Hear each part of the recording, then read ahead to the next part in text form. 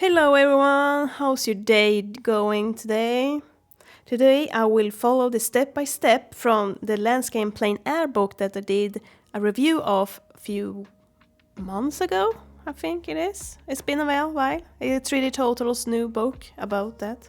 And I will be using Procreate, just like the book says they're using Procreate, okay? And the artist is Eric Elwell for this tutorial. It's more of a, what's it called? Autumn kind of painting. And we will see if we can follow the steps and create the same thing, or similar at least.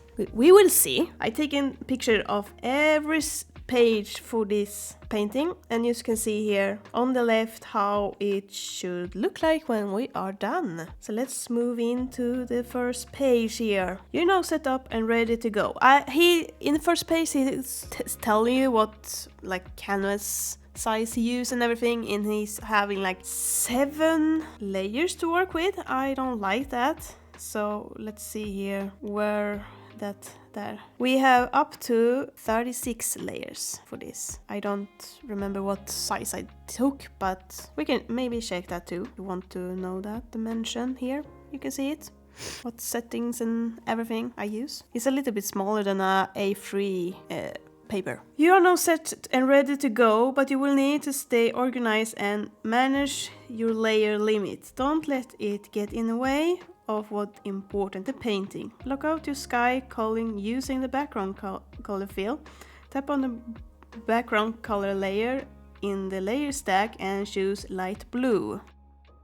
This helps keep more layers free in your limit stack. Open the brush library and choose vintage. A rough blocky brush. On a new layer, use this block the foliage masses with dark gray blue. Make big, smooth brush stroke using the elbow or shoulder rather than your wrists. It looks like red. Okay, that's the thing. The cool colors in the gray area become warm. The red in the same area becomes cool, like the opposite of everything. Okay, this looks weird. It doesn't even look even close to what he's doing. No, there. Now we found it. Okay, he block in the big shapes, letting the red brush do the work of breaking up edges. The thing is, this will be not look like his does, okay? And use your arm and not like your wrist, like he said. Okay, are we happy with this? Yes, we move on. Vary the brush size as you block in the tree canopy. Be mindful of the opacity. Too little opacity will lead to muddy image as the layer build up. Now you need to enable landscapes. Drawings is not like my strongest place of things. I want to get better at it. Make this part a little bit stronger. Open the layer menu to tap the layer and select alpha lock. Current background on the layer preview continues to lock. If you want to shortcut, simply start adding patches of yellow foliage and you will find that painting on this layer will only apply where... Okay, let's add the little yellow. And we're gonna do it in the alpha lock of this foliage that we have created. Like that. Okay, step number 4. Now you can develop the foreground and the background to get an idea of where this composition is going. Set up a new layer for your foreground and lay in some color, green and brown, leaving a gap or a path. Switch the vintage to, was it a vegetable? I never used that brush. To texture brush with a softer edge that is perfect for the background brush. Block this in another layer and using a medium green-brown color. Keep your layer stacked tidy and tight. It only takes 3 layers to separate these background important elements. You can take it on foreground, midground, and a new layer for the foreground. Oh, it's like a watercolor kind of brush. Not sure if I like that.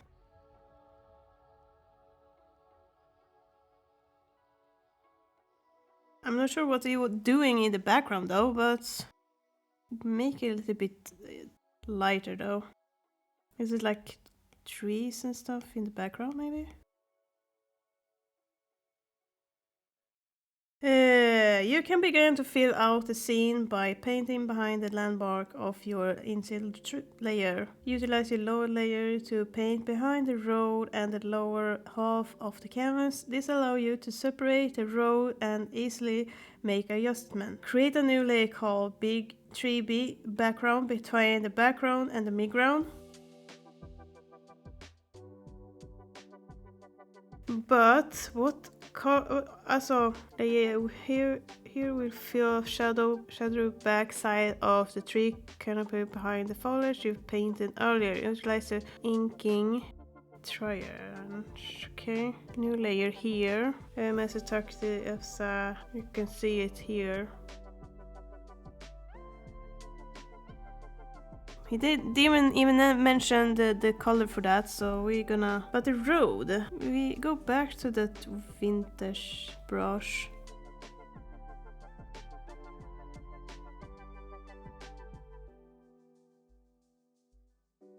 Also, he's make some brushes here, but I can't even do that with this stupid brush. Where's painting brush? Artistic? Nej, painting där, tack. Nu är jag på fel igen! Åh! Alltså fan, it's not my day today. I choose you. Now we take you. I don't understand why they shift that stupid...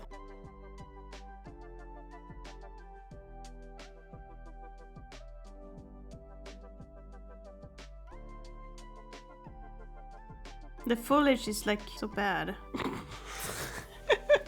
It doesn't even look anything close to what he's doing, but okay. We're gonna move on. We're just on page 3, like, there's so many more. At this point you can start to incorporate some tighter brush strokes. Switch to up Q inking brush that says inking tighter box. What's that? These brushes I don't even have. Okay, that's one. Paint is more detailed and international tree trunk silhouettes. Pay attention both to what you see on site and how you integrate new marks on the canvas with the kind of landmark you previously painted. You may hide the other layers to view this installation, but avoid adding too much without blah blah blah. Okay, so now we take this color in. So we are like, refine the silhouette of the trees using the ink pen. Okay, we are in that. I'm not good at drawing trees, okay?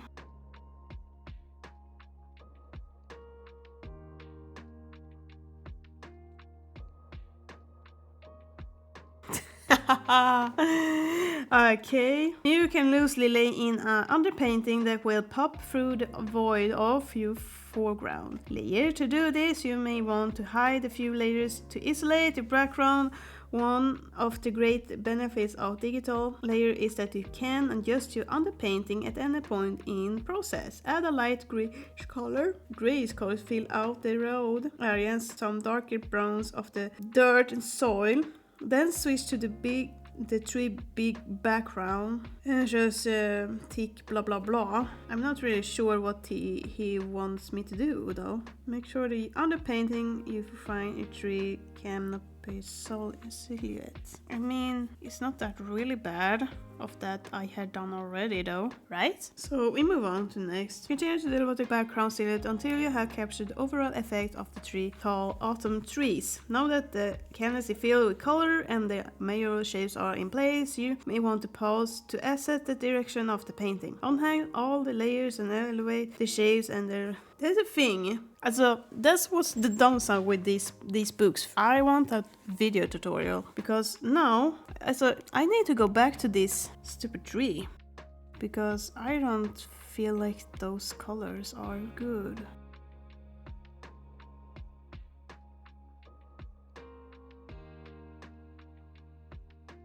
Now we're just doing what I want instead. tired. Like, it doesn't want me to follow these steps at all. Any lines to guide the viewer? Nowhere. Elevate where your eye is being led and where you prefer to be led. Determine. Ja, we take off that and then...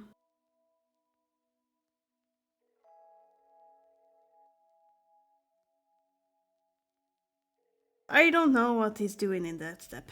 As you elevate, it may be educated simply to look for the parts that bothers you and begin fixing them. However, while many paintings can be improved this way, you should always be mindful of the relationship between all the parts. That is more important than their individual details. That said, you can start by refining the shape of the row, giving it a clearer angle and better perspective. So you can do this by utilizing the smudge tool to reshape or soften edge where necessary. You might consider setting it to a brush, red, blah blah blah. I don't feel like it's that bad, but I want...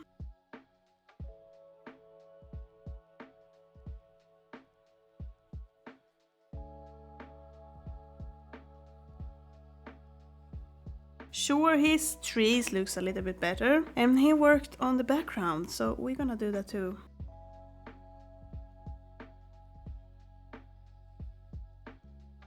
I'm just staying a lot of looseness when I'm painting now. The benefits of not using your wrist, just your arm, you're just letting it flow. In addition of the elevated shape, you need to consider the use of color in your composition. Those pops of yellow are feeling lovely. You could strengthen the image color relation with a blending gradation that lead the eye down the abstract form of blah blah. So to capture the Vincent atom, return to the mid-ground layer and use airbrush soft to create a fade from golden. Okay, we go into the mid-ground then. Take the soft airbrush.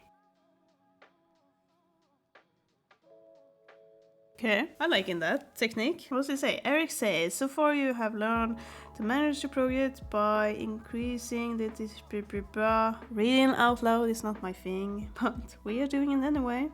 Now you have the strong structural base laid down to which you can respond. Having elevated that, you see on canvas that strikes you as important compared to what you see on location. Perhaps it's time to start intensifying the drawing intention to those orange and yellow leaf structure.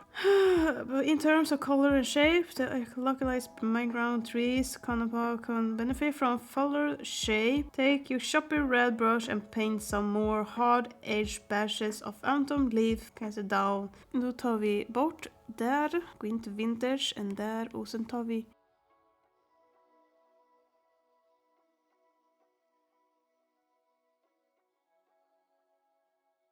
the trees here is started to shift as well, so it's really handy to do this tutorial.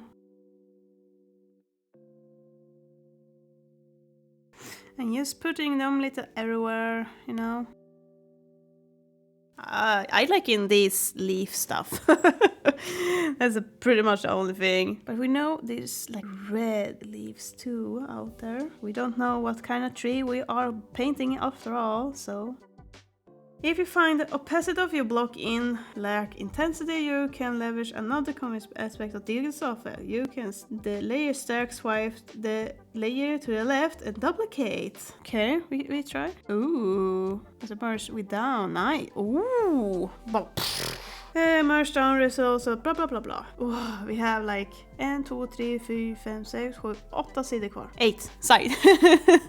8 means 8 in Swedish. As you continue to focus on the middle ground, you must be sure to control the value range of the rest of the image. Keep the background and foreground comparatively low in contrast as they are less important to the viewer. Reserve the darkest and lightest values for later stages. You can decrease the contrast of the painting background by lowering the layer opacity, blending it into the blue background color fill. To do this, go to the layer menu and soften the background trees by tapping the N next to the to the background trees. What background trees? When did we add background trees? Oh, he added a trail in the background. Hidden box and lower the opacity. Do this, go to the layer menu and soften the background trees by tapping the N to show the height box of lowering the opacity side. The gesture shortcut to opacity is blah blah blah. Now create a new layer named main tree at the top of your stack where you will isolate one tree as a focal point. Paint the trunk. Okej, vi testar. Men jag vet inte. I already thought about making it having what's it called?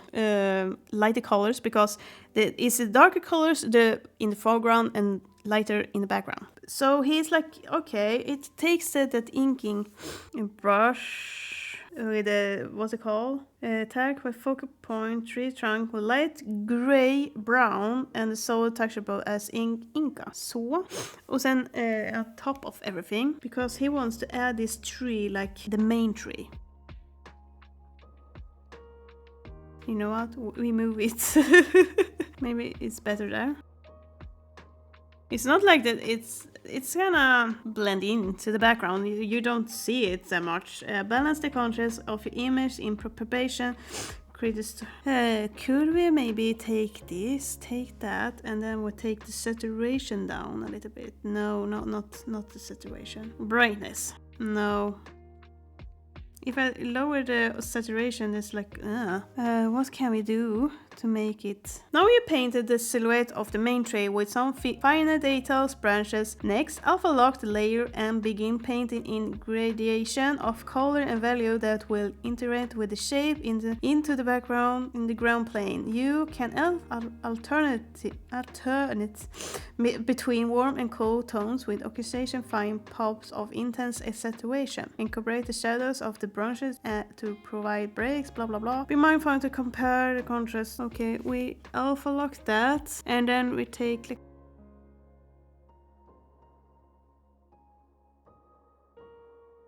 the thing is, we have not yet used any kind of layer modes.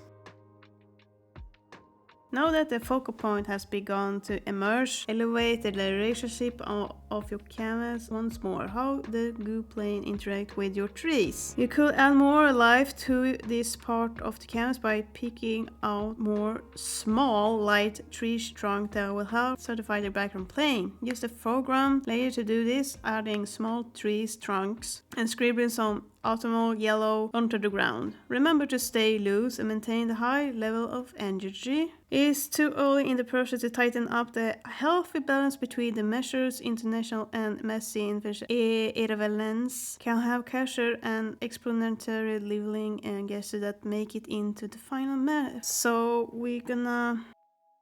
I wonder if we can take that brush as experiment. They didn't say what kind of brush, so...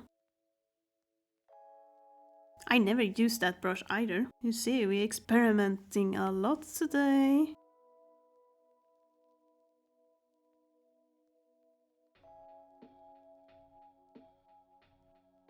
Maintain the momentum in adjustment, adding more tree trunks. Where will you have that in this maybe? Or no, they said you wanted to do it in the foreground, sorry. Okay, now you need to ground objects in space with shadows. Create a new layer called shadows above the foreground. Use inking to establish hard brown shadows at contrast points, just as your ground or where branches join a tree trunk. Shadows are much such a powerful element for the defining form and establishing space. Paint in the cast shadow from the canopy and vary these from the light tree shadows that appears further back in space. Paint in hard cast establish. I'm not really sure. What was it? Create a new layer called shadows above the foreground. Did it say a hard brown shadow? To make it look like they are in the background. Or they are kind of in background, but further back you.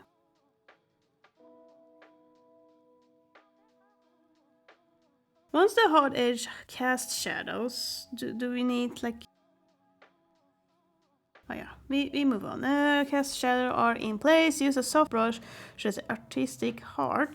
For diffuse shadow, wish the tone greater distance of the turn of rounded forms. Both these hard and soft shadows are important indication of the lighting condition and the turn of forms. In full sun, objects cast hard shadows that contour the form upon which they are cast. Shadows tends to soften as the distance increases between the object casting the shadow and the form upon which the shadow falls. With a soft cast shadow in the foreground, you may allow the distance tree behind the viewer. For the soft shadow, you will not need to be as careful with shapes, simply block them in. To be honest, I am not sure what they want me to do.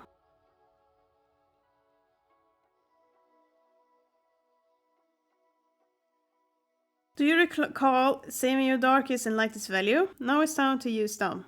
Wait, what? When did he even tell you to do dark and light?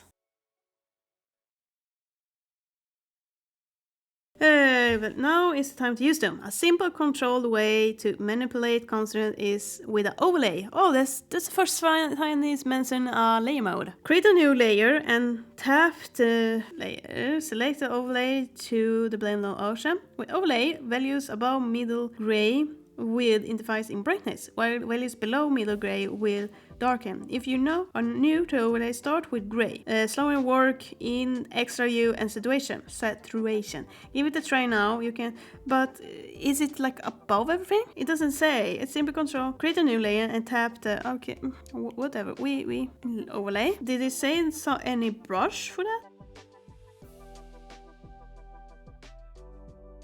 So if we do darker, oh, I didn't know that though. I always used overlay as a light source, never as a shadow source. So I didn't know that if it's above its layer point, gray point, it gets light and darker.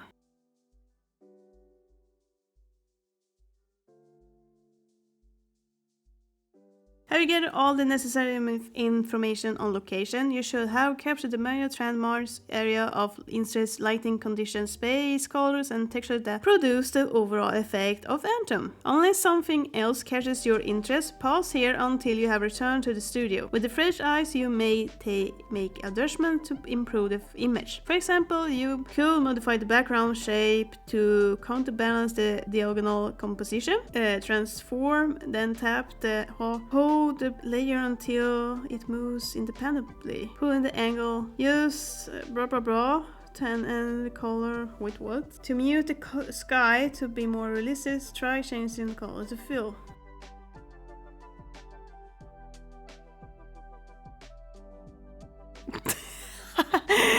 I'm not pro with Procreate. I learn something new every day, it seems like. Oh, he's like very saturation in his colors, like very bright. In the first page that I didn't include, he kind of shows more what he's about to draw.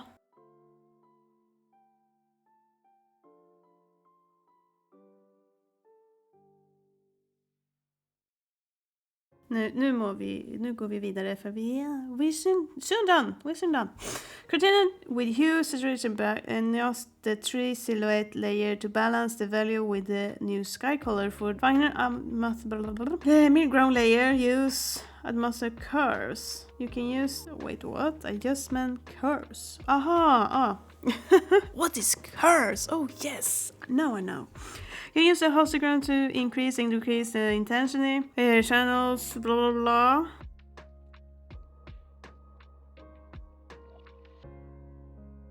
You can experiment further with adjusting your color palette to explore various impressions of the scene. For example, bring a richer, deeper green to the forest floor to contrast with the autumn orange canopy. With the foreground layer selected, create another curves adjustment. Select the blue channels to clamp the dark values to the bottom. Like this? No! This, you remove all the blue from your shadows, leaving only red and green. The result is richer grass color. Now select your overlay layer and tap with 2 fingers to adjust the opacity. If you if to your liking. This just look awful, okay? But we could lower it a little bit though. Lower the opacity. Take like 60 maybe. Apply hue, saturation, brightness adjustments to the overlay to increase the overlay bright. Okay. Are we in? No. Eric says, in preparation for the focal point, you provide natural praise, blah blah blah. Okay, reading is not my thing, okay? Not all adjustments can be done with sliders. You will need to use the brush to tie the final image together. Splash a bit orange onto the foreground layer to create an occasion with the autumnal ground color. Create a new layer above everything else and airbrush light gray atmosphere in the sky. You may want... Okay, wait. We one step at a time. Splash a bit of orange on the foreground. You know what? We take a new layer and then take a clipping mask. We do something he doesn't do because I want to lower the opacity maybe a little bit. Create a new layer above everything else and airbrush everything else, okay? Create a new layer above everything else and airbrush a light gray atmosphere in the sky. You may want to take a copy of the canvas period to finally adjust. To do this, first hide the blue background and midground layers so you can manipulate them separate. Okay, what's it called? Create a new layer, light gray. Do he want some blue in it, or do I want some blue in it? Why do he want to do it above the layer though? Isn't it better to do it behind everything? We try. We move this layer behind everything. We're not gonna do that next step because I have no idea what they're talking about. Sometimes it's just like everywhere at the same time, you know. But you can see his has much stronger contrast. I wonder if you take the curves into the trees too. We just have like, we're soon done.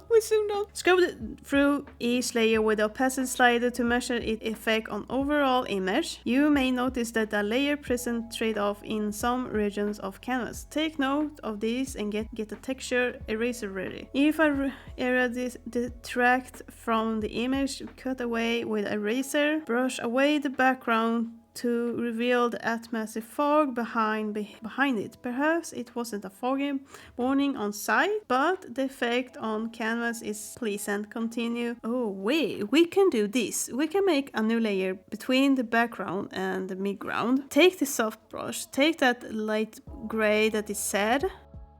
Then we take a eraser. We go back to like this pulse one here. His brushes is available if you get them via his course on 31 Draws. Phyllis you about landscape painting. Where is that brush? Hello.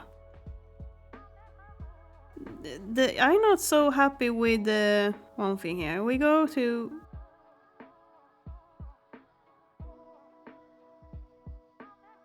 Okay.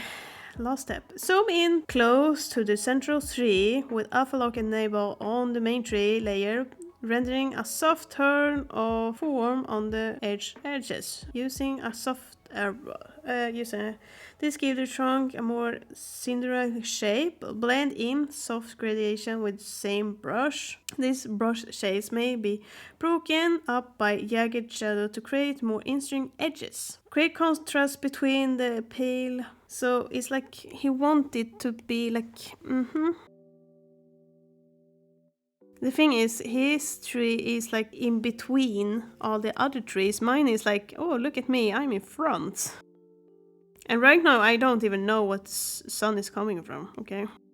Sometimes I just paint and don't even think about where the source of light is coming from.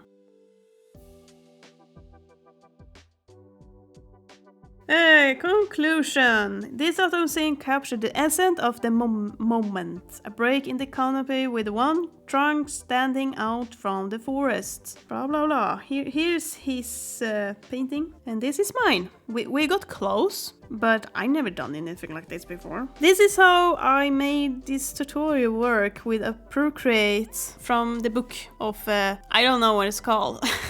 but I have a tutorial, like review video of it here on this channel. I really hope you enjoy this. I will try to do another of them, but use a completely different software, like Affinity Photo or something like that, just to show you that you don't need just Procreate to make this. The thing is that when you follow this step, you get these brushes that I'm mentioning, you know? That's the only difference. You will probably find some really nice brushes in other software too. I hope you enjoy this little video of mine, and see you some other time. Happy drawing!